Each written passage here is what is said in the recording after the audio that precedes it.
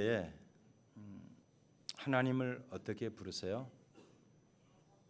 하나님 아저씨 하는 분 없죠? 저는 이렇게 부릅니다. 하나님 아버지. 이 호칭으로 얼마나 하나님을 자주 부르는지 몰라요. 하나님 아버지, 하나님 아버지. 여러분, 우리는 이렇게 하나님을 아버지라고 자연스럽게 부르는데 이렇게 부를 수 있는 게 언제부터냐면 예수님 때부터예요. 구약에서는 하나님을 아버지라고 부른 적이 없어요. 백성들이. 예수님께서 제자들에게 기도를 가르쳐 주시면서 하나님을 어떻게 불렀어요? 하늘에 계신 우리 아버지, 이렇게 불러서 제자들에 가르쳐서 그 뒤로부터 다 뭐예요? 하나님을 아버지라고 부르는 거예요. 그리고 세상에 수많은 종교가 있지만 그 중에서 자기들이 믿는 신앙의 대상을 아버지라고 부르는 종교도 없어요. 기독교가 그렇습니다. 여러분, 불교 신자들이 가서 석가 아버지 들어봤어요? 그런 거 없어요. 이슬람 신자들이 마호멧 아버지? 그런 거 없어요. 우리는 뭐예요? 너무나 친근하게 하나님을 Father라고 부르는 거죠. Father, 아버지. 그런데 여러분, 실상을 한번 물어보고 싶어요. 여러분, 정말 말로는 하나님 아버지라고 부르는데 실제 삶에서는 하나님께 좀 거리가 있는, 그래서 너무나 그분은 무섭고 가까이 하기에는 좀 두려운 그런 하나님 아바마마라고 부르지는 않는지 궁금해요. 정말 하나님 아버지 맞으세요?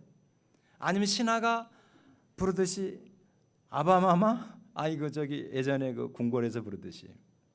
옆 사람하고 인사합니다. 하나님 아바마가 아니라 하나님 아버지에게를 축복합니다. 시작.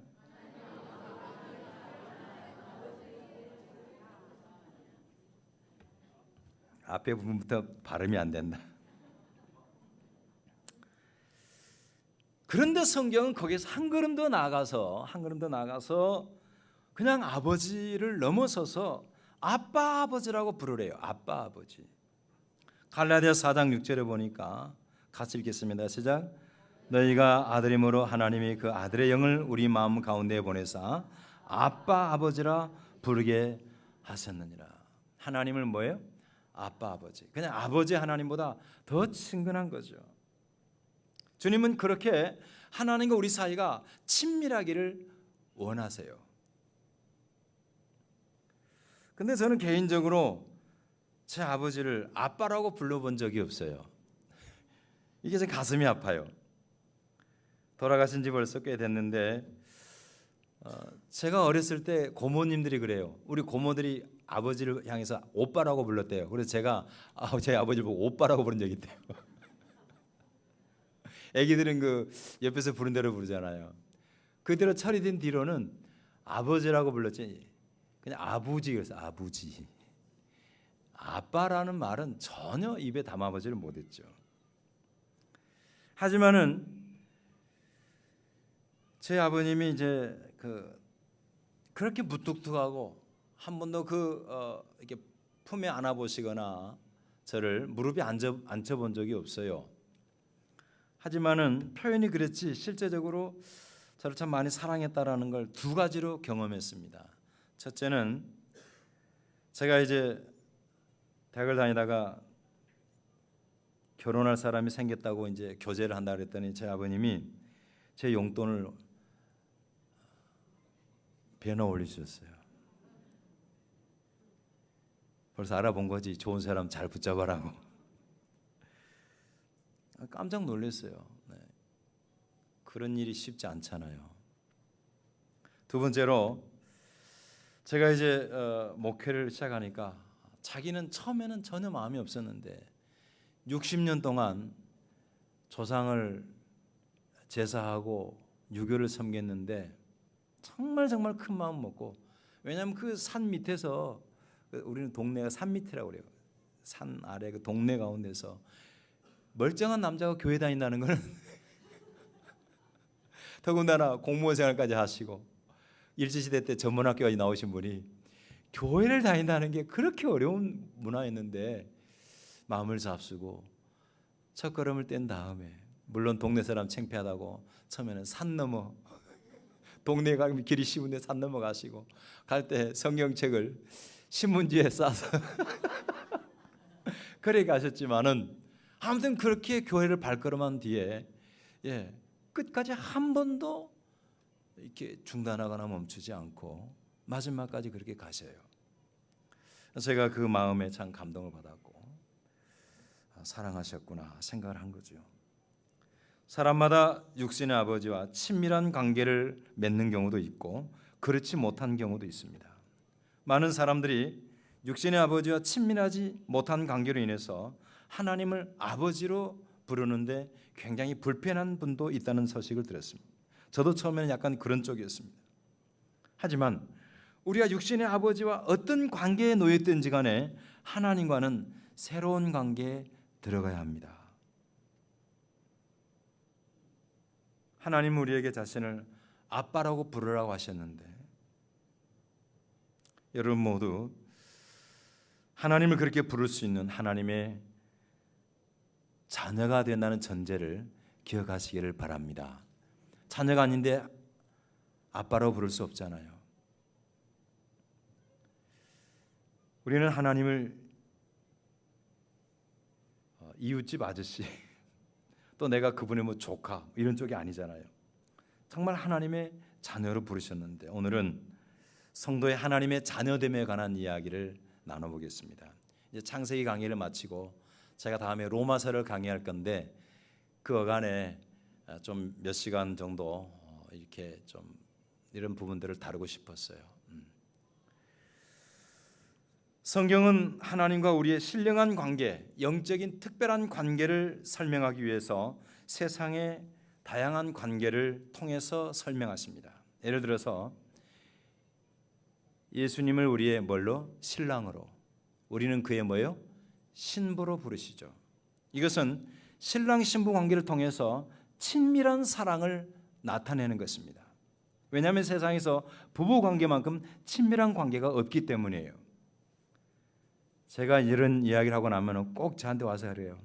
우리 부부를 몰라서 하는 소리예요. 차라리 남이 나아요. 그것은요 잠시 서로 관계가 어긋난 부분 때문에 그런 것이지 정상적인 부부라 그러면 세상 어떤 관계보다 더 친밀해야 합니다. 만약에 이 친밀함이 부족한 그런 가정들이 있다면 속히 예수 안에서 정상적인 관계를 회복하시기를 축복합니다. 또 다른 표현으로 양과 목자의 관계가 있습니다. 대표적인 사람이 다윗이죠. 다윗. 여호와는 나의 목자시니. 이렇게 표현할 때는 하나님의 인도와 보호하심에 관련이 있습니다. 양은 목자가 피리를 불거나 소리를 내서 인도하면 그저 따라만 가요. 여러분 아시다시피 양은 스스로는 생존이 불가능한 짐승입니다. 왜냐하면 눈이 어두워서 멀리 못 봐요. 이거 어디가 풀이 있고 물이 있는지 몰라요. 어디가 낭떠러지는지도 모릅니다. 또 이빨은 너무 온순하게 생겨서 어떤 짐승이 와도 방어를 할 수가 없어요. 날카로운 뿔도 없어요. 그 양은 목자만 믿는 거예요. 그러면 푸른 풀과 맑은 시냇물 당연한 거예요. 맹수가 울거리는 사망의 은침한 골짜기도 두려움이 없어요. 그분이 지팡이와 막대기가 되시니까. 어느 목사님이 인도의 한 시골 마을을 방문했습니다. 갔더니 시골 마을에 선교사님이 사이가 다른 선교사님이 막대기 하나를 꼭 쥐어주면서 이거 꼭 들고 있으라 그러더래요.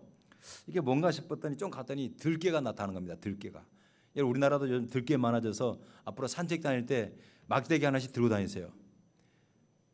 지팡이는 양이 잘못된 길로 가면 목을 이렇게 걸어서 안으로 넣은 거고, 막대기는 뭐예요? 맹수나 여러 들짐승이 나타나면 이걸로다가 제압하는 거예요. 물리치는 거예요. 그 목사님도 들고 가다가 이렇게 들깨가 나타나니까 따라서 하라 그러더래요. 그냥 땅만 탕탕 치라 그러더래요. 그래서 들깨를 보고 땅을 탁탁 쳤더니 걔가 그냥 도망가더래요. 그러면서 그 목사님이 이 구절이 마음에 깊이 와닿았대요. 시편 23편 4절 후반에 보니까 주의 지팡이와 막대기가 나를 안위하시나이다. 아멘.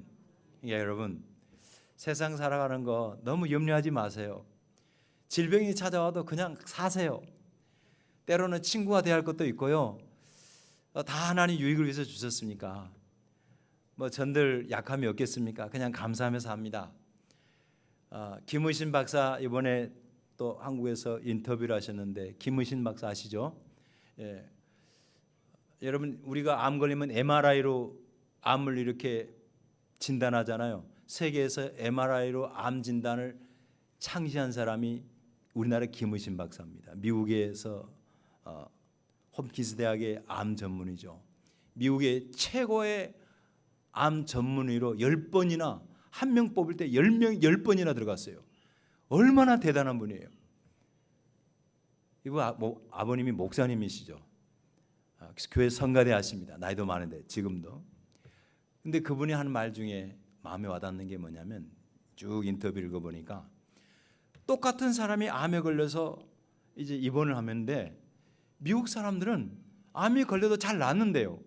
근데 한국 사람들은 암이 걸리면 사망률이 엄청 높대요. 그 원인이 뭘까? 알고 봤더니 한국 사람은 암 걸리면 이미 마음으로 죽어버린대요. 마음으로도 죽어요.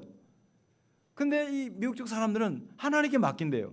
살고 죽는 것이 다 주님의 뜻이니까. 그러면서 시키는 대로 치료한대요. 근데 우리나라 사람들은 시키는 대로 치료한 게 아니라 시키는 대로 하고 플러스 알파예요. 온갖 민간요법 다 한대요.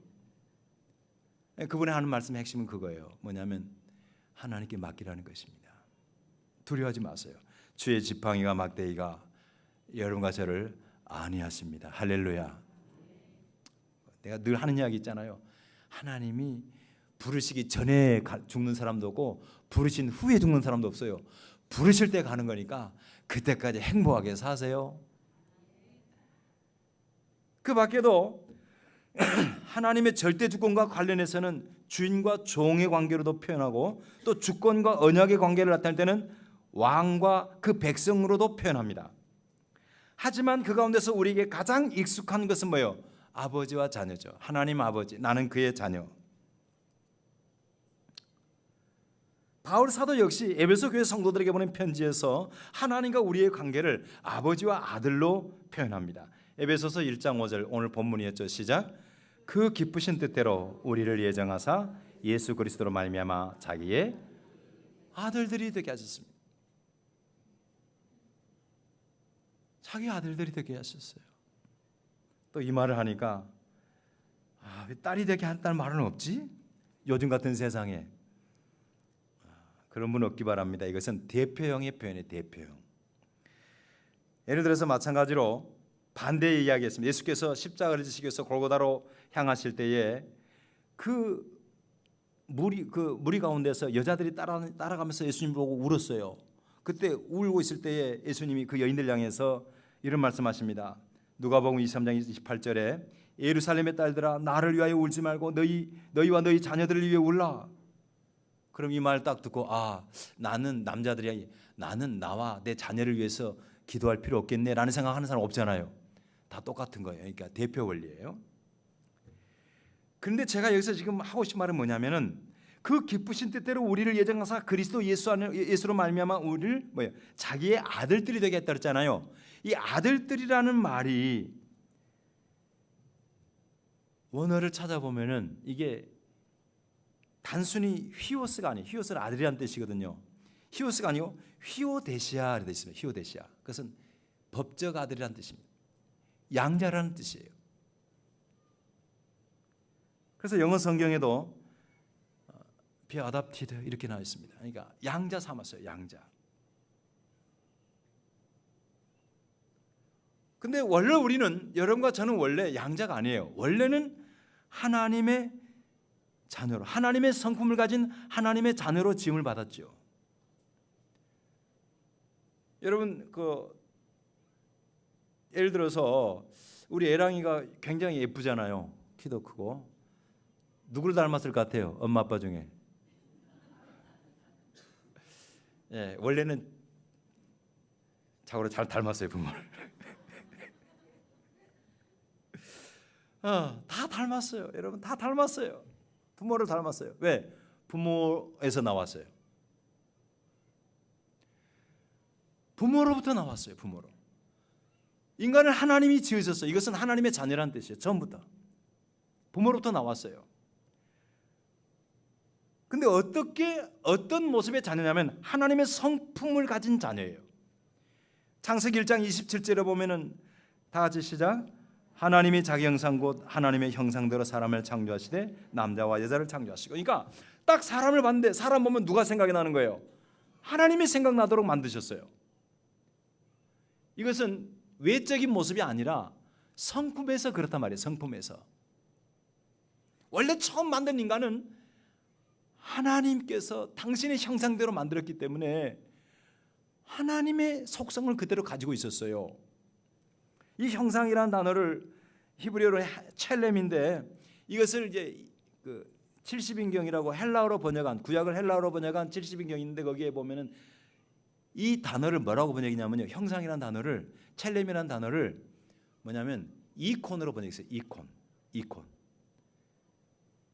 근데 이것이 이제 오늘날 영어로 뭐냐면 아이콘이 된 거예요. 아이콘. 여러분, 아이콘은 드러나는 모습이잖아요. 그 이미지가 중요한 거예요.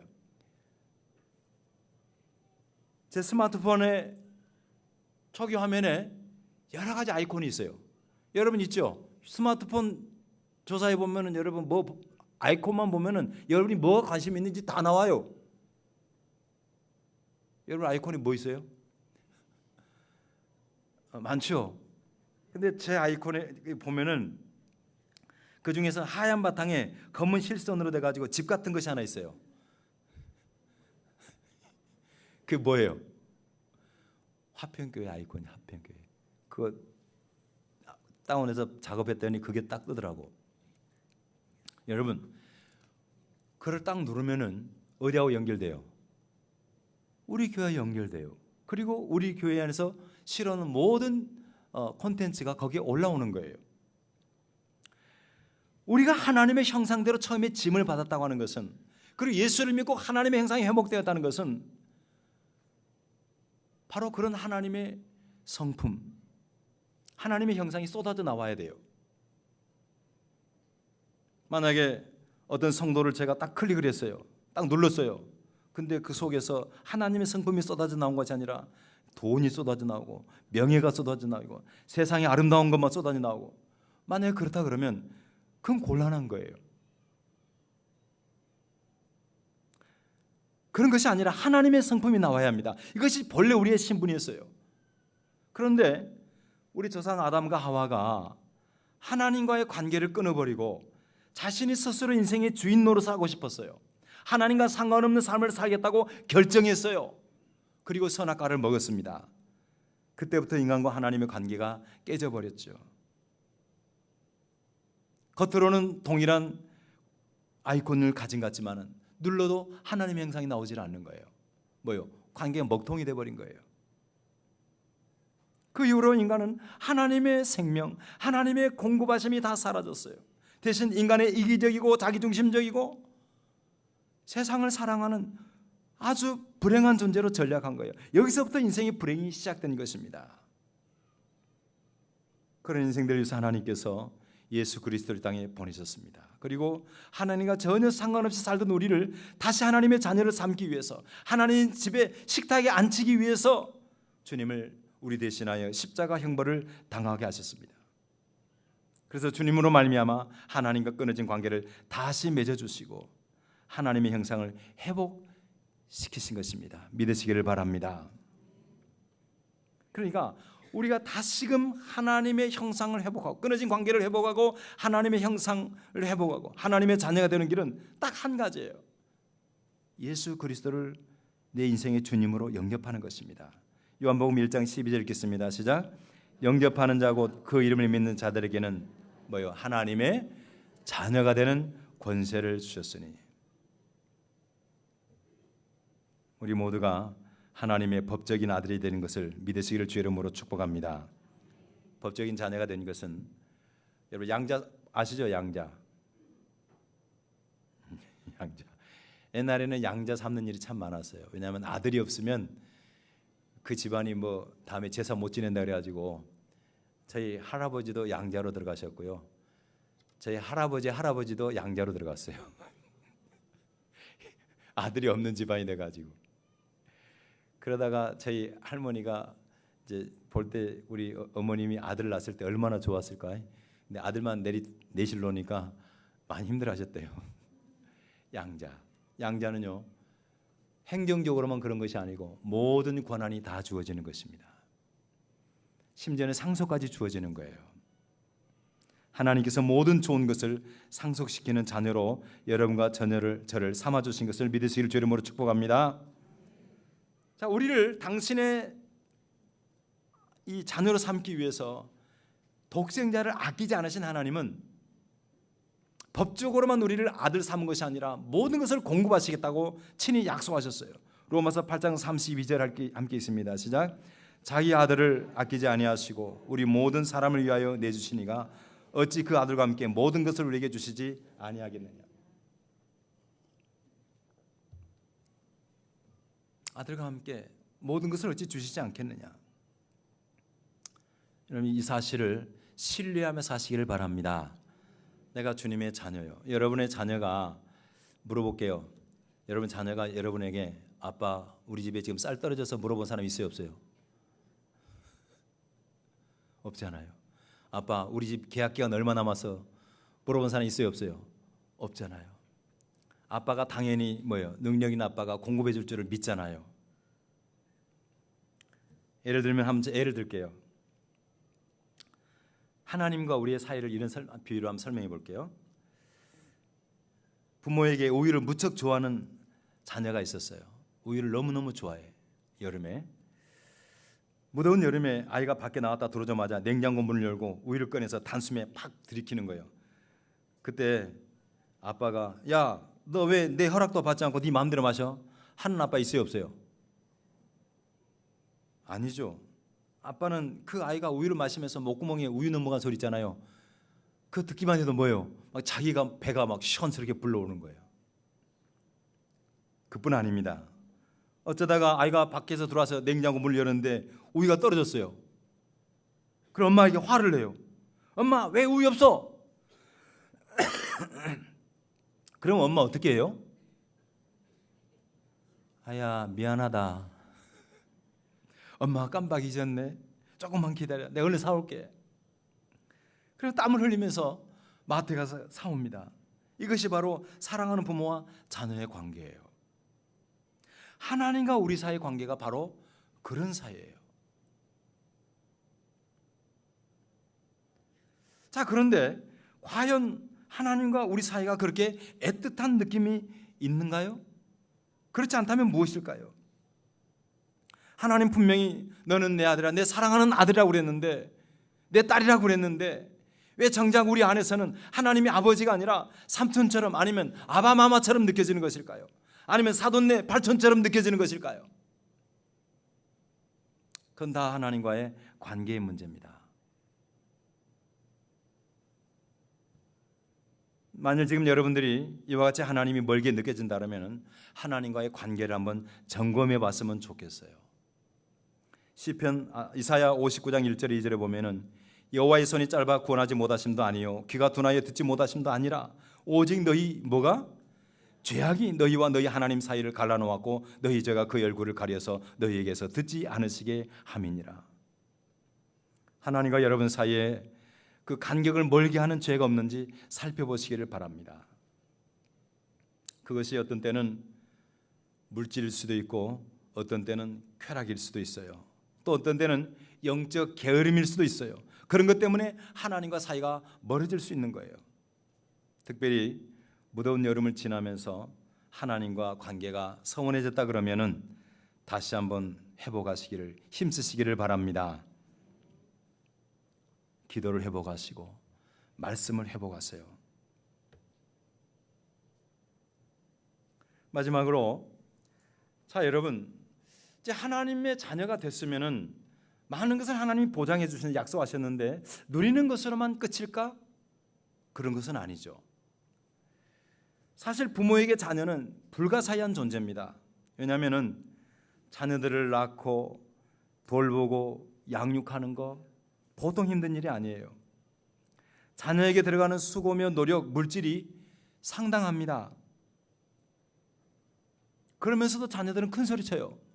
그렇게 많이 쏟아부었는데도 불구하고 자녀는 부모의 말을 잘 듣지를 않아요. 하지만 부모는 여전히 자녀를 사랑해요. 그래서 불가사의예요. 하나님도 우리를 향해서 그런 느낌을 가지세요. 스바냐서 3장 17절에 보면은 같이 시작.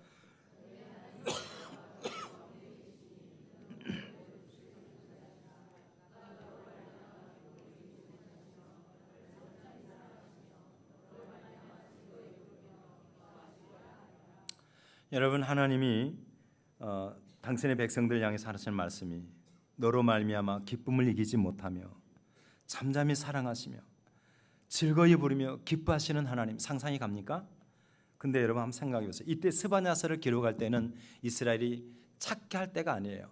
속색일 때예요. 그럼에도 불구하고 사랑이 변함이 없는 것이죠.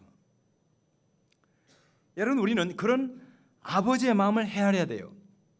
정상적으로 자녀가 자라면은, 자녀가 부모의 사랑을 받고 자라면은, 어느 정도 성장하면은 당연히 뭐예요? 부모의 마음을 이제는 이해를 하는 거예요. 그래서 아기를 낳아 보면은 아기를 키우면서 이제 부모의 마음을 알잖아요.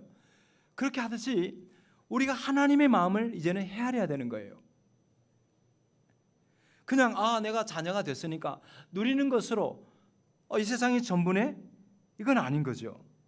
왜? 하나님이 처음부터 우리를 택하시고 예수님으로 말미암아 자녀를 삼을 때는 우리를 하나님의 형상을 회복하게 하기 위해서, 그분의 거룩한 성품에 참여하게 하기 위해서 우리를 예수 안에서 부르신 것입니다. 자녀를 삼으신 것입니다. 베드로서 1장 4절에 보니까 이로써 그 보배롭고 지극히 큰 약속을 우리에게 주사 이 약속으로 말미암아 너희가 정욕 때문에 세상에 썩어질 것을 피하여, 다 같이 시작, 신성한 성품에 참여하는 자가 되게 하려 하셨느니라. 그러니까 하나님의 거룩한 성품에 참여하도록 하기 위해서 우리를 약속대로 그리스도를 보내시고 구원하신 거예요. 이제 정말 우리가 추구해야 할 것은 그겁니다. 요즘 들어서 우리 성도를 보면은 왜 자꾸만 저를 따라서 늙어가세요? 왜 자꾸 주름이 늘어가세요? 여러분 막 열심히 마사지 한 건 알고 있는데 좋은 일이에요. 하지만은 자세히 보면은 어느덧 목주름 같은데 보면은 아이고 세월이 가네. 근데 여러분, 나이가 들어가면 우리가 조심할 게 있습니다. 제가 보니까 나이가 들어가면 자칫하면 욕심이 많아져요. 하나님의 성품을 닮아가야 되는데 반대로 갈 가능성이 굉장히 많아요. 또 나이가 들어가면요 병이 찾아와요. 무슨 병이냐면 섭섭병이 와. 그래서 교회 안에서요 젊을 때는 잘 안 싸우는데요 나이가 들어가면 잘 싸운대요. 걱정이에요. 누가 다음에 저하고 싸울 거예요? 서울합병교회 이재용 목사님이 그러시더라고요. 자기 교회는요 소망 선교회가 있는데, 교회 남전도에 여선교 있잖아요. 소망 선교회가 있는데 제일 시끄러운 데가 소망 선교회래요. 잘 싸운대요.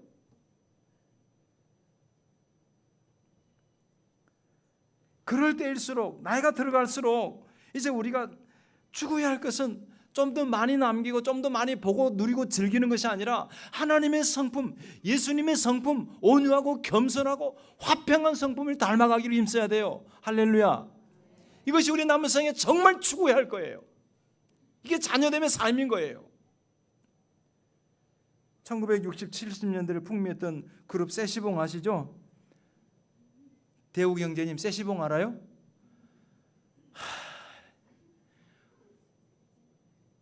이러니까 지난번 수련회 갔다 와서 그러더라고. 3040이 목사님 보고 세대 차이 나요. 제가 영화 미션 주제곡을 노래를 불렀더니 못 알아들어요. 세시봉이라고 있어요. 세시봉, 통기타 이 당시에 우리 학교 다닐 때 거의 우상이었습니다. 방탄조끼하고는 비교할 수 없는 그런 뭐지? 방탄, BTS하고 비교가 안 되는 그런 인기 그룹이었어요. 우리 김춘자 권사님, 그때 그냥 대단했죠. 세시봉이 몇 년 전입니다. MBC 연말 특집을 편성을 했어요. 연말 특집에 세시봉을 이제 풀타임을 맡기기로 했어요.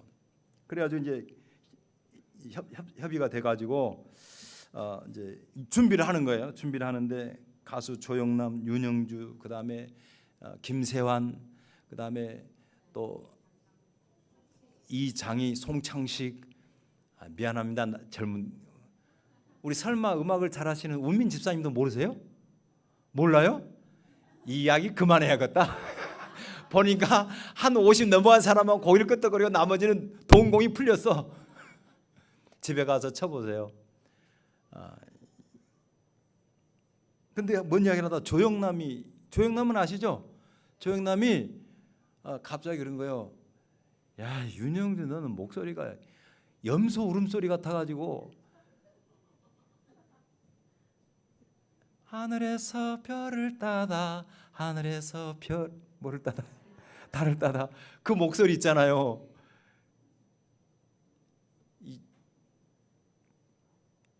윤영주 이분이 삐져버렸어요. 집에 가버렸어요. 안 한다. 옛날에는 치고받고 싸워도 그런 일이 없었대요. 근데 이분들이 나이가 든 거예요. 서운해버린 거예요. 근데 그분이 온누리교회 장로님이에요. 장로님도 섭섭병이 걸려갖고 그러면 한번 세상에 MBC에서 연말 특집으로 다 해놨는데 안 하겠다고 가버린 거예요. 가면 돼요, 안 돼요? 그래가지고 이제 난리가 난 거지. 막 전화를 하는데 전화 안 받아버린 거예요. 그날 저녁 내 안 받은 거예요. 그래서 김세환이가 계속해도 안 받아요. 그래서 이제 다음 날이면 풀리겠지. 새벽까지 전화했는데 또 안 받더래요. 알고 보니까 새벽기도 하러 갔더래요. 윤영주 장로. 새벽기도 하면 뭐해? 그리고 어떻게 해가지고 김세환이가 이제 가운데서 다리를 놔가지고 조영남하고 통화가 됐어요. 통화가 돼가지고 조영남이 딱 그랬대요. 야, 너는 교회 장로고 나는 평신도잖아. 너 그까지 갖고 그래? 그래가지고 풀렸대요. 그래가지고 무사히 공연을 마쳤대요. 쉽지 않습니다. 곱게 늙어야 됩니다. 할렐루야. 잘 사세요. 많이 벌려고 하지 마시고요. 많이 누리려고 그러지 마시고요. 주신 대로 누리고 주신 대로 소유하세요. 더 우리가 신경 써야 할 것은 뭐냐? 예수께서 말씀하셨습니다. 마태복음 5장 48절 시작. 그러므로 하늘에 계신 너희 누가 아버지의 온전하신 같이 너희도 온전하라. 이것이 바로 형상을 회복하라는 거예요. 성품의 문제예요. 왜? 우리가 그분의 자녀이니까. 이 땅에서 내 형편이 남들보다 조금 못할 수도 있어요. 그래서 속이 상할 때도 있겠죠. 또 남보다 잘 나간다고 해서 우쭐거릴 것도 없어요. 정말 우리가 정진해야 할 것이 뭐냐? 내가 이제 하나님을 얼마만큼 닮아가느냐 하는 문제인 것입니다. 이것이 바로 내 삶의 남은 생에 우리 모두의 가장 중요한 주제로 삼는 사람이 정말 성도요, 정말 복 있는 줄을 믿습니다. 이게 되는 것이 중요한 것이 아니라요, 된 이후의 삶이 중요해요. 저는 이걸 생각하면 조선 25대 왕 철종이 생각나. 철종. 여러분 헌철 고수 아시죠? 대정태제 문나사제 뒤에 헌철 고수 나오잖아요. 철종. 강화도령으로 살던 어느 날 그가 갑자기 강화도에서 그냥 평민으로 아무것도 배우지 않고 그냥 사는데 어느 날 갑자기 한양에서 어가가 와서 왕의 가마가 온 거예요. 아무것도 모르는데 갑자기 뭐가 됐어요? 조선의 25대 왕이 됐어요. 증조부가 사도세자입니다. 사도세자가 아시다시피 영조의 손에 죽을 때에 후궁이었던 삭빈 임씨 골 밖으로 쫓겨나고 그의 두 아들 은원군, 은신군은 유배를 갑니다.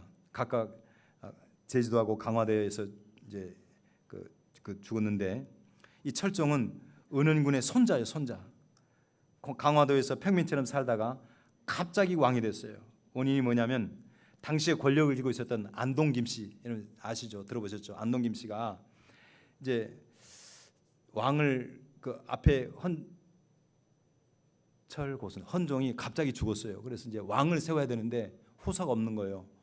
그러니까 왕을 세우는데 왕을 똑똑한 사람 세우면 자기들 힘들잖아요. 그러니까 좀 비리비리하고 자기들 손에 잘 놀아다닐 수 있는 그런 사람을 고르다 보니까 그것이 어디까지 갔냐면은 이 철종까지 간 거예요. 아무튼 왕통의 피는 이성계의 피는 이어받았는데 좌지우지할 사람, 그 때문에 철종이 왕이 됐는데 전혀 왕 노릇을 못했어요. 왕이 되면 당연히 뭐예요? 이제 왕의 제왕학을 공부해야 되잖아요. 왕에 대해서 뭘 할지를 배워야 되는데 아예 안 가르쳐. 신하들이 하나도 안 가르쳐요. 그냥 여자만 상납하고 먹을 것, 술 마음껏 먹고 마시게 했어요. 그러니까 전혀 왕 역할을 못하고 후궁들하고 노란하고 술 마시고 방탕하다가 일찍 죽고 말았어요. 여러분, 저는 그 역사 이야기를 가만히 이렇게 보면서 생각난 게 있어요. 혹시 크리스찬 가운데 철종형 크리스찬이 있어요. 철종형. 무슨 말이냐면은 예수 믿고 하나님의 자녀가 됐어요. 하나님께서 모든 것을 공급해 주다 약속하셨어요. 근데 그것으로 끝나는 거예요.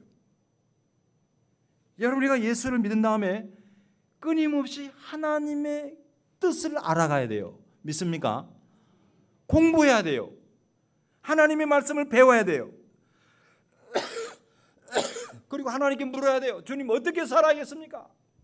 어떻게 사는 것이 잘 사는 것입니까? 내 마음대로 하지 않게 도와주세요. 우리 인류가 마음대로 하다 망했습니다. 선악과 마음대로 먹었잖아요.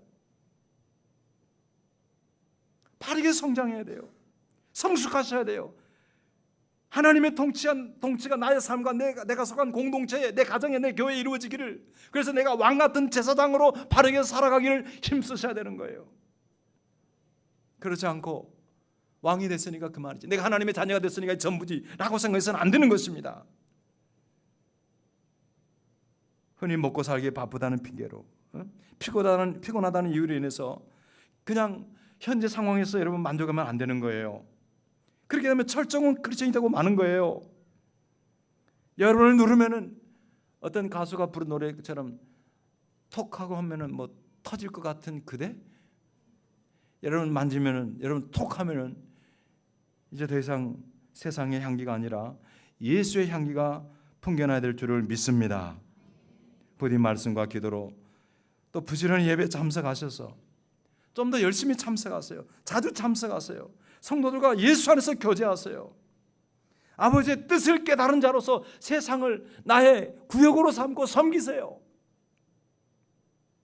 나 혼자 그냥 예수 믿고 잘 살면 되지 라고 생각하지 말라고. 말씀과 기도로 성령 충만해서 왕같은 제사장의 사명을 다하는 주님의 자녀가 되기를 주 예수 이름으로 축원합니다. 기도하겠습니다. 우리 시간 하나님 앞에 기도할 때에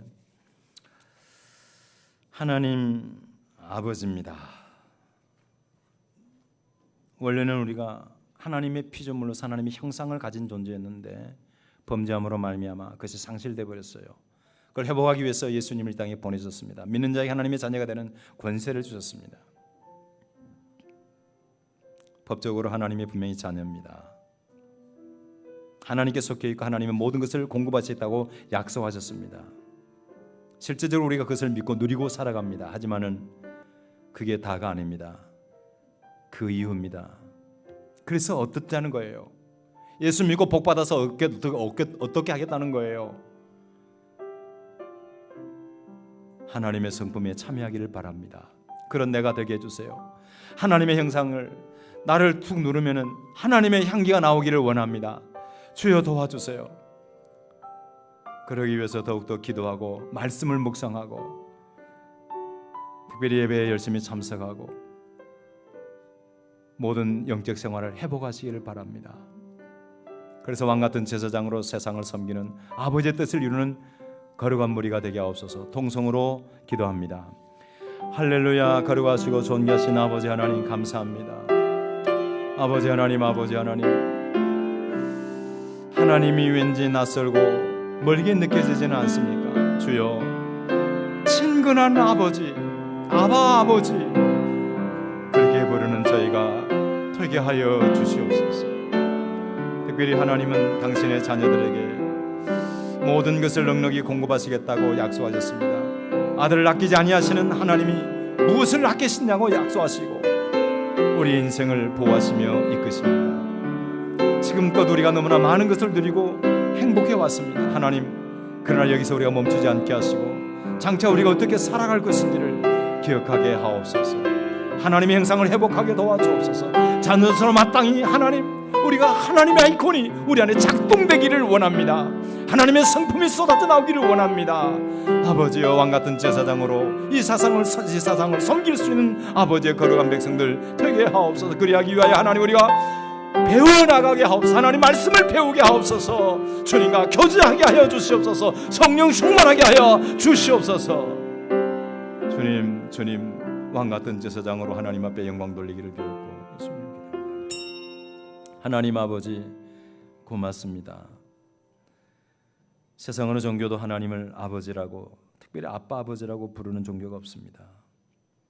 오직 유일하신 하나님께서 죄 많은 저희가 무엇이간데 독생자를 보내셔서 그분을 통해서 하나님을 아빠 아버지로 부를 수 있는 자녀 삼아주심을 진심으로 감사를 드립니다. 믿는 자들에게 하나님은 보호와 인도와 채워주심과 공급하심을 약속하셨고, 우리가 그동안 얼마나 많은 하나님의 부유하심을 누리며 살아온지 말할 수가 없습니다. 주님, 하지만은 이것이 다가 아닙니다. 정말 우리가 추구할 것, 내가 남보다 좀 세상 물질적으로 혹은 건강으로 나을 수도 있고 부족할 수도 있지만은 정말 추구할 것은 하나님의 형상을 회복하는 것입니다. 하나님의 성품에 동참하는 것입니다. 주여, 정말 멋진 사람으로 세워지고 주님 닮아간 삶이 우리의 인생의 궁극이 되게 하여 주시옵소서. 주님이 하시는 일 우리가 감당할 수 있는 복을 허락하여 주시옵소서. 그러기 위하여 더 많이 배우게 하소서. 말씀을 배우게 하소서. 아버지의 뜻을 묻고 또 묻는 기도로 나가게 하여 주시옵소서.